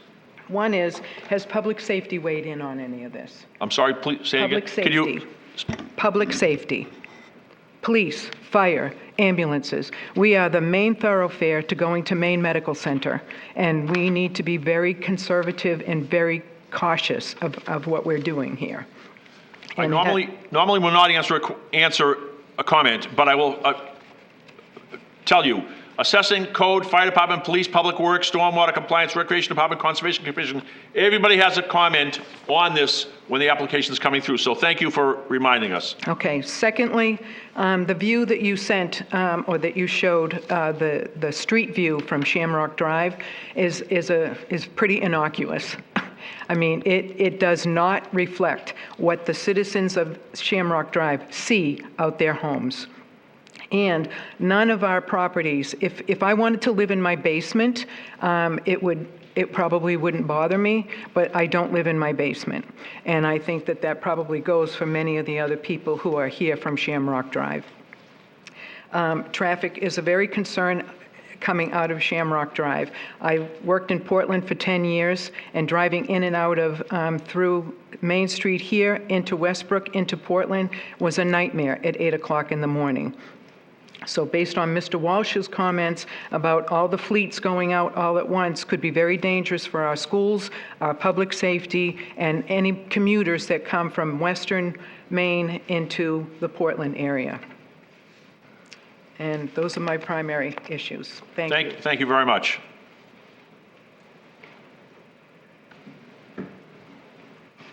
Hi, good evening. My name's Charlie Hamblin, Hamblin Drive. I'm on the town council. I'm not sure what the protocol is. Speaking for yourself or you're speaking for the council? I'm speaking for myself. A couple great comments. Thank you for opening this up to everybody. Curious, I would ask Amazon about employees. They're really pushing 300 employees. But everything I read about Amazon is they use independent contractors to deliver packages. So I'm guessing there's not going to be a net gain of 300 employees. Those people are already delivering these products today. So are they going to be a net gain to employees coming to Gorham, or is this just going to be a transfer from wherever they're shipping things today, moving their independent contractors? So I think they should be clear and upfront with that. Trying to sell 300 new employees, at least what I understand with Amazon, doesn't seem to work. So secondly, you know, I live about a half mile from the Brickyard Quarry, and I get woken up by their backup beepers on their trucks at 4:30 in the morning, 5:30 in the morning, 6:30 in the morning, 7:30 in the morning. If this project goes forward, you're going to have big trucks coming in 24/7, and the beeping on those trucks backing up to loading docks are going to go far beyond Shamrock Road. They're going to go all over Gateway Commons. They're probably going to go as far as downtown Gorham, maybe even the town center here. So when you're looking at impact to the neighbors, please look beyond just Shamrock. Obviously, they're going to have the largest impact because of their closest, but it's going to reach a whole lot bigger chunk of the town beyond that. And I guess the last part I mentioned real quickly before, so these packages are being delivered today. Where are they coming from? Who's driving them? What's the difference? Are we going to see in traffic in Gorham? Is it being distributed from Westbrook? Is it being distributed from Massachusetts? I'm not quite sure. So it's not like we're going to see all new stuff going on because Amazon is delivering everywhere today. But how is the increase in impact going to be? So if it's coming from Westbrook or wherever today, that's where the concentration is, but now it's moving the concentration to Gorham. So we're going to just see so many of those vans and so many of those trucks. So the level of traffic coming into town probably far exceeds what any of us can imagine. Thank you. Thank you.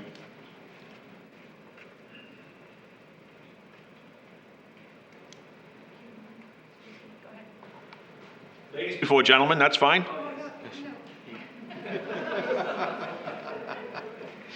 I apologize, I didn't see the line. I'm Ann Bilodeau, I live on Shamrock Drive, and I concur with Bonnie's comments earlier that the view from Shamrock Drive didn't give you a view from our homes. And I'd like to say, Ms. Bernadine stated that Amazon over-designs their parking.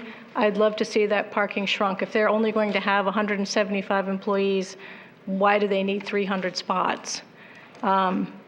And a point to the town of Gorham, if this all goes through in eventuality and Amazon is going to have 300 to 500 delivery vans coming in and out of that every day, Gorham should go after them for the excise revenue, make them register those vans here in town. If you want to impact our tax rates in a positive way, get that excise revenue, because this development will do nothing to our tax rates. I won't see my tax bill go down because of this development. Thank you. Thank you. Hi,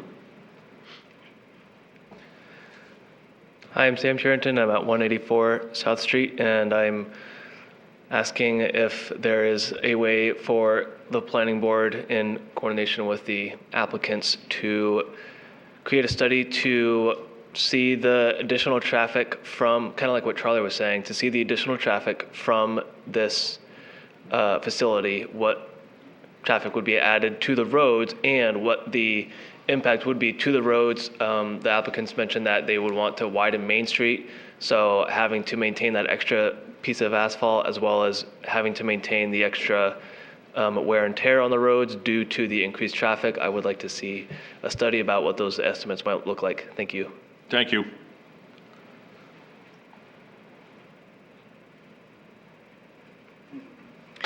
Hello, my name is Ryan Jodwin. I live at 11 Shamrock Drive, and my main concern with this is the level of traffic and the light pollution. I have a photo that I can't exactly show, but my house is on the hill on 11 Shamrock Drive, and I can see far into those lots from my bedroom, and I get lots of light that shines into my bedroom. And next to that lot, there is a truck fueling station, I believe is what it is.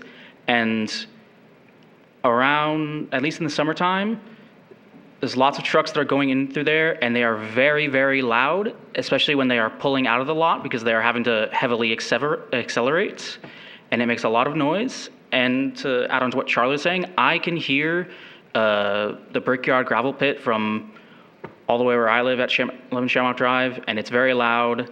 It does wake me up sometimes, and even with my windows closed, it's just not a fun experience. Thank you.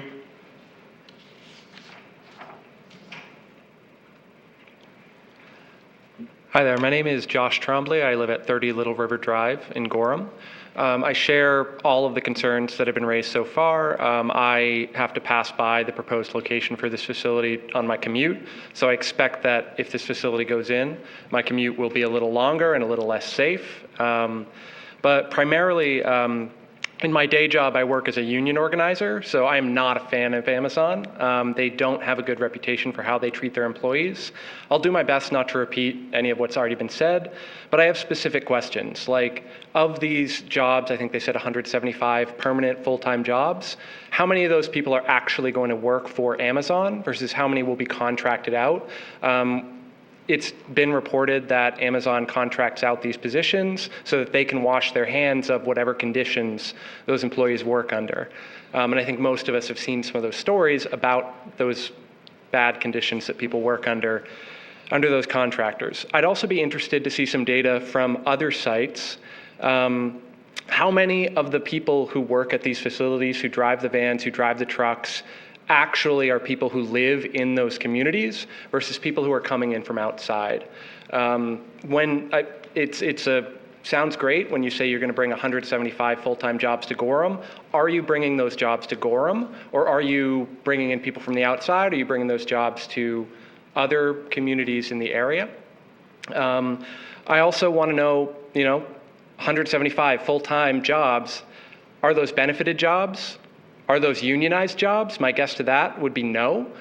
So we need to know if these are high-paying, high-quality jobs, or if they're poverty wages, no benefits, people getting churned out in a few months. I really want to see more information from the purchaser as far as what kind of jobs they're going to be bringing in if they're making that claim. Thank you. Thank you.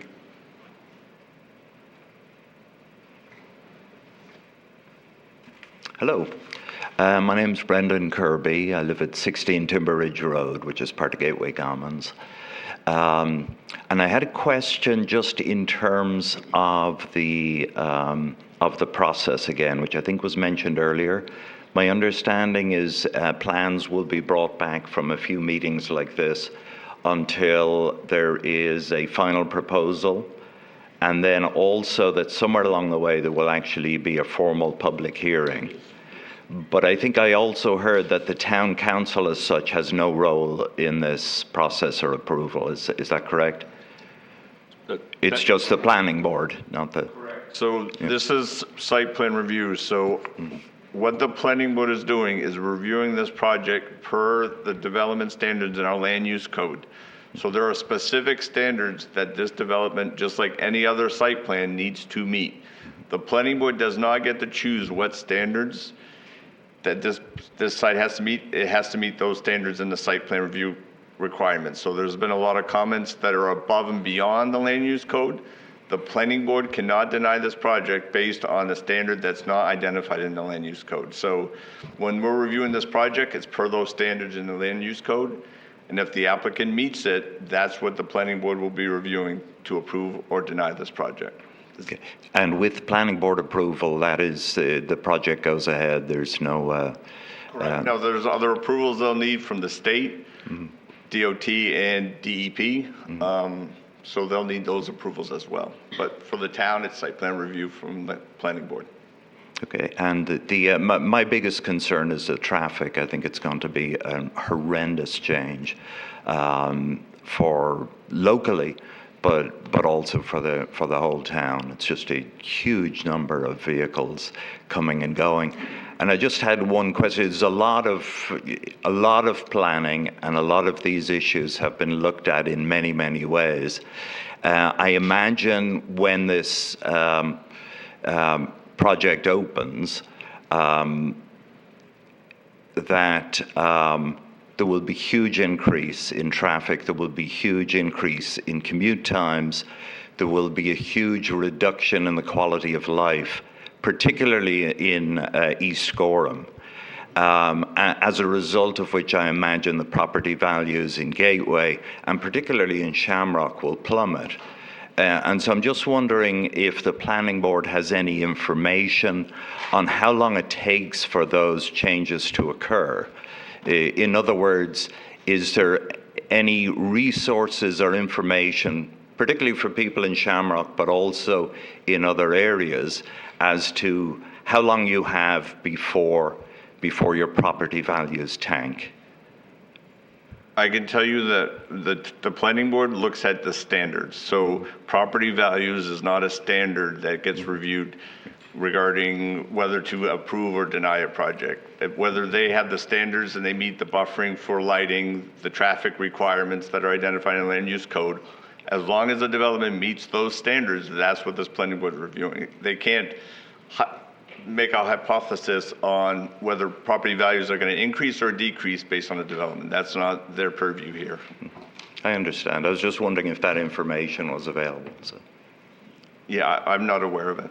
Okay, thanks so much. Thank you.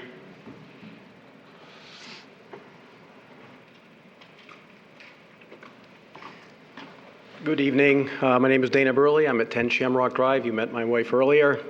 You saw our house tonight. You're welcome to come up on our back deck and see what we will see and what we see today. Obviously, 18 years ago when we bought the property, we did not expect to see this. We knew the land behind us was under a family trust, and now here we are, so we've got to deal with it. I am not anti-business or anti-Amazon. In fact, I am we have a major project going with Amazon in Bangor right now with our company, so that's not what this is all about. We just need to see this done in a methodical and well-thought manner. We're very concerned, obviously, as everyone has said here earlier tonight, about the traffic situation. Very trafficy area to start with. We've got schools, public works, we've got churches, and residential areas. I don't know how many, I think there's somewhere around 70 units in Gateway. We have another 12 on our street on Shamrock. Amazon does overbuild things when it comes to parking lots and things like that. That parking lot that you're looking at, I think, did you say 900 vehicles possibly for the vans and associated vehicles, personal vehicles? That seems to be way oversized, and that's what we're going to be looking at coming out of the back of Shamrock Drive. I would like to have that certainly taken a look at. That is a very important aspect of what we're going to be seeing and what we're going to be looking at. The gentleman that just spoke, we're very concerned about our property value. We've had realtors tell us that we could be looking at, somewhere around 30% drops in our value. I don't know whether our taxes will be associated with that, or if there's going to be any provision for that down the road if something like that does happen. But we are very concerned about that. We have a wonderful street, wonderful neighbors, and we're in hopes that we can minimize the impact if this project moves forward on the residents of not just our street, but the residents around the street. There's a lot of other properties that are going to be affected, certainly in the neighborhood. So, again, not anti-business, not anti-Amazon. Work with them on a regular basis. However, this needs to be done properly, done right, and done with a lot of thought, especially around the traffic situation and the safety side of things. So I appreciate you giving us a chance to have some public comments tonight, as well as moving forward. And obviously, we know that we can send you, I believe, emails through the links to if we have other things we want to address in some fashion. But we appreciate the time you've given us tonight, as well as the opportunity to have a public hearing down the road. So thank you. Thank you.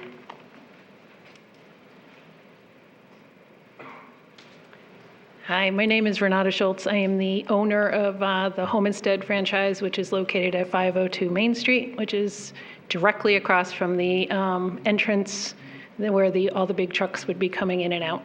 So my concern is how this is going to influence, how it's going to affect my business.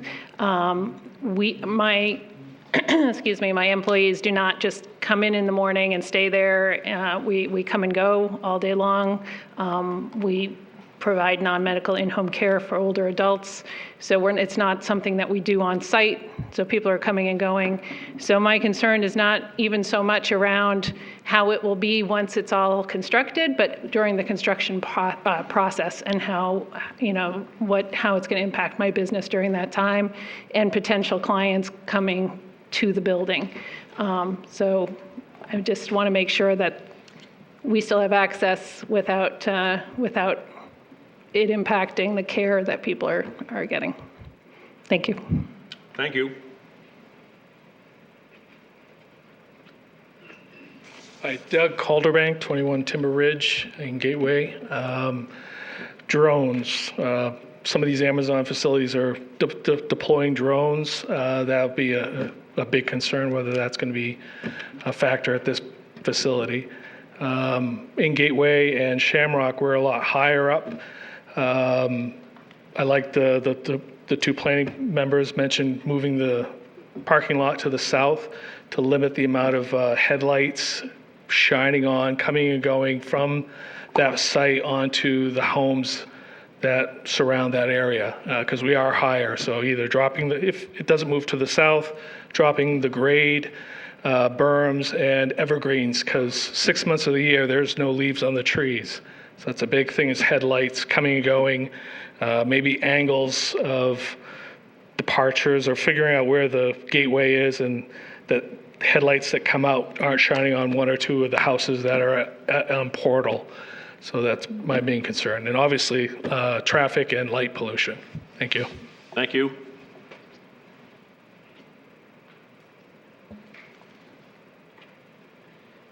Hello, my name's David Mahoney. I live on Gateway Commons. I sent in a note saying I was opposed to this project.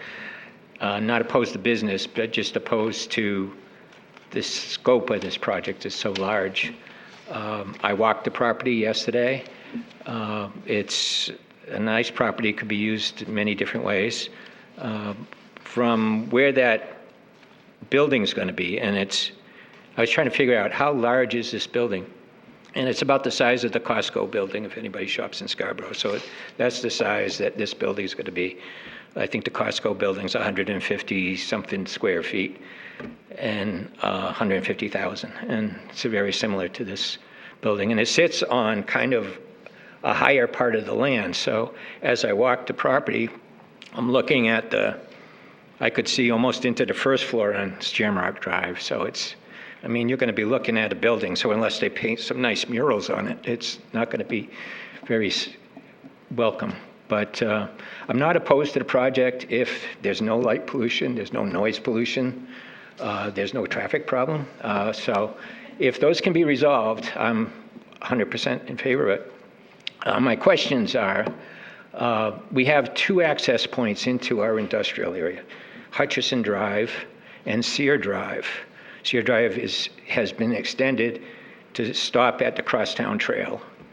And I'm not sure why some of the fairly significant traffic from this site wouldn't be directed out of one of those two. Hutchison was repaved recently. It stops where CMP has their access point, and it's not paved, but it could be paved, I presume. And Sear was continued to the Crosstown Trail on the south side. And I don't know why that's not a consideration in diverting some of these large flows of traffic away from Main Street. If you go down Hutchison, of course, it's going to come out on Main Street further down, but it's on the other side of the lake, past Sebago, and where Big Moose Harley's going in, pretty close to that. But anyways, just some thoughts that, remove the noise pollution and all the other things, and I'm totally in favor, and try to divert some of the traffic off of Main Street. But anyway, thank you. Thank you. You had your one shot. Oh, go ahead. All right. Some of the things that I forgot while I was not there. I worked at the UPS mail facility in Scarborough, and I can attest that most of the time those parking lots were almost empty. Could you repeat for the record your name and address? Oh, Ryan Jodwin, at 11 Shamrock Drive. So I worked at the USPS mail sorting place in Scarborough, and I can attest that a lot of the time the parking lot was very empty. There was usually maybe a third full. And another thing is that when it comes to road wear, we're gonna have all these tractor trailers coming in, and when you double tractor trailer's axle load, you get quadruple the road wear. So, and a single tractor trailer is around 9,600 cars worth of road wear from one study. So keep that in mind when thinking about how this is going to affect our roads. And yeah. Thank you. Ladies and gentlemen, anyone else? We've had, by my count, 11 with a repeat. So please, there will be public hearings. This is a public comment time. Now's the time to try and get some influence into the design team and Amazon if you'd like. The gentleman was wondering how big the site is. I just happened to sketch this out. It's a little bit bigger than 3 football fields, the building itself, 158,000 square feet. So if you go over to the high school and you look at the football field, it's a little larger than 3 football fields. I had time on my hands to do that. You used it productively.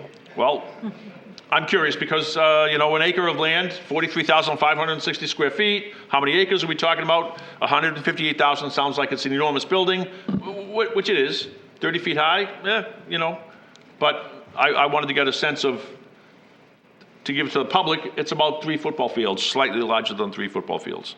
Mr. Chairman, it's also, I played with it as well, and if you take the Hannaford building and add the parking lot, that's about 100. Here in Gorham? Yeah. The one is, that's about 160,000. The totality? Yeah, don't include out where like Aroma Joe's is or anything like that. Just the Hannaford parking, associated driveways and the building. About 160,000? Yeah, it's about 160,000. Very good. Anyone else? Last chance. The game's 2 hours into it, so we're already late watching the game. So, does someone have a score? Anyone else, updated? please? I mean, there will be a public hearing. You'll have your chance to come back again, I hope. All right, well, I'll kind of end the public comment period. Members of the board? Yes, please. I'd like to thank everybody who spoke. I thought there was some great input there, and some really good things to think about. One in particular that I found quite intriguing was the connection out to Hutchison Drive, Sear Drive. Is that a possibility, and have they looked at that? So I'd really be interested in hearing more about that in the future. Thank you, Mr. Walsh. Anyone else? Looking to my right. Anyone? All right, to the folks, the design team, did they leave? Right here. Okay, well, I'm sorry, you blended in very well. Vision crew left, that's good. Mr. Chair, there was one comment about drones, which is something that I hadn't thought about. I'm not sure if that's a future consideration for Amazon. So when they come back, if that's going to be a plan for Amazon in the future to develop these facilities, if the drone aspect of it is going to be included in the future. As a delivery mechanism? Yeah, I mean, I don't know what, there's something that the board has never, I don't know that we have an ordinance in town to even address it, so. Yeah, I don't even know what you would review standard to review that for. Right, so, right. I mean, that would have to be a change of use, I would imagine. Yeah, I don't even know like FAA, any of those standards, so we would have to do a lot of education. I know Georgia has a license. No, seriously, you need an FAA license. I mean, it's not. Yeah, exactly. I'm quite serious. But that would be a change, that would be this plan, could that be added to if any business, any existing business, if Hannaford's decided they wanted to do drone deliveries, could they do it without coming before the town to do a business case? I would have to reach out to legal to get some sense of what the requirements Can are. we ask the question? Yeah, exactly. Thanks. Yeah, I guess I'd be curious if the applicant knows anything about that at this point. No? Okay. Well, thank you everyone for your professional approach. Thank you for the design team in the presentation.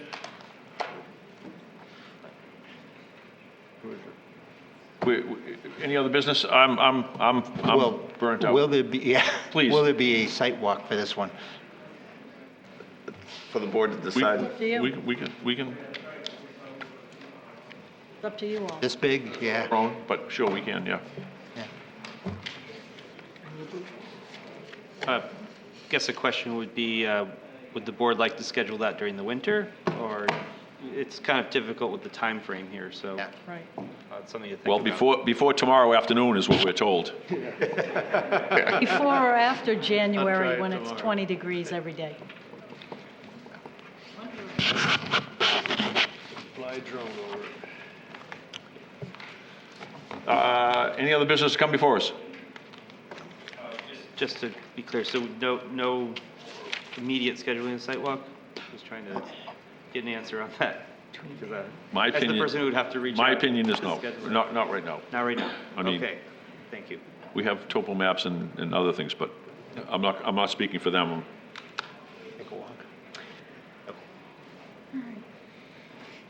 Any other business? Mr. Walsh? No? No? Move to adjourn? Motion to adjourn. Other business, hang on.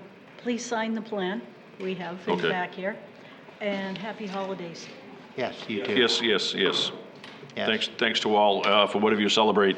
Hope at the end of the year is a good conclusion for everyone. Thank you. So the motion, Mr. Walsh, is there a second? Delaney, thank you. All those in favor? Anyone opposed? Thank you. Thank you, everybody, and have a good evening.